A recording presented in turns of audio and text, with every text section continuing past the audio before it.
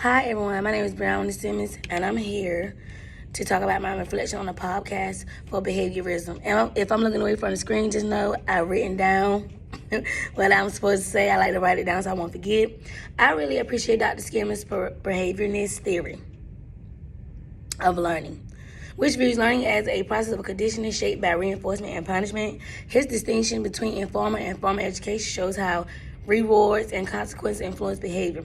In my classroom, I see this operant conditioning every day. With my first graders, I use a PBI system called PAWS. PBI stands for Positive Behavior in School, where students earn rewards for staying on task, meet expectations, and even get to go to incentives at the end of the month, which includes treasure box prizes, line leader roles, star student recognition, or even verbal compliments. My sixth graders respond better to age-appropriate awards, such as homework passes, extra credit, seating choices, even pizza and ice cream parties. Both groups also benefit from school-wide PBIS incentives like games, food, and free time. At the same time, I would love to address some common behavior issues that occur in my classroom as well, such as classroom disruption, hitting on the table, my first graders hitting on the table, stomping their feet, clapping their hands. Sixth graders, same thing, moving. Like my first graders finding any way, both of them, my sixth and my first graders, finding any way to get up, whether it's sharpening a pencil. Can I go to the bathroom? Can I go to another teacher class? I left something in another teacher class. That goes for both of them. Defiance, not following directions, making it hard to follow authority, staying off task. My first graders, like I said, turning around, doing things, playing. My sixth graders being on their phone when they're supposed to be paying attention to the lesson.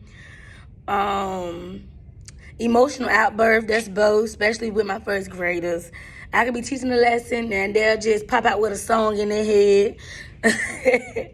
For an example, my younger students cry or throw things.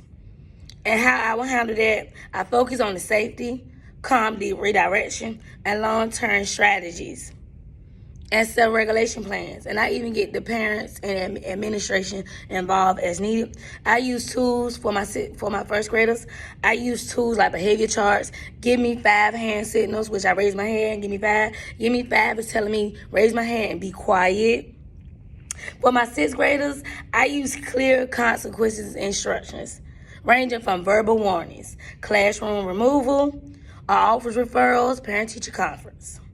Overall, I rely on positive reinforcement and clear expectations and consistent support to balance classroom management with encouragement. I agree with Dr. Skinner's approach to operant conditioning because it clearly shows how behavior can be shaped through reinforcement and consequences.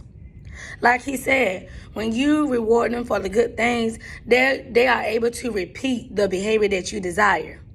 But when they also get in trouble and things like that, they're less likely to repeat the unpleasant behavior. Because nobody wants to get in trouble. Nobody wants to get a phone call. Nobody wants to sit in the classroom while everybody else is having fun in the incentive.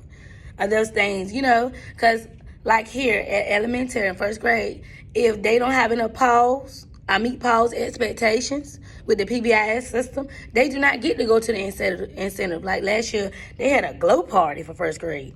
And the kids was like, oh my God, I can't go glow. They gave the kids glow up necklaces, pacifiers, glasses, and they couldn't go. Who want to miss out on the fun? Especially on that's free time. I agree with Dr. Skinner's approach to operant conditioning because it clearly shows how behavior can be shaped through reinforcement consequences. When a student's positive behavior is followed by pleasant outcomes such as praise, rewards, or privileges, they are most likely to repeat that behavior. On the other hand, when a negative behavior leads to unpleasant consequences such as losing privileges or receiving corrective action, it becomes less likely to occur again. I see this play in my classroom every day, whether it's through reward systems like PBIS or simple verbal encouragement. Skinner's theory provides a practical framework for helping students understand the connection between their actions and outcomes that follow, which supports both learning and classroom management. And that's all.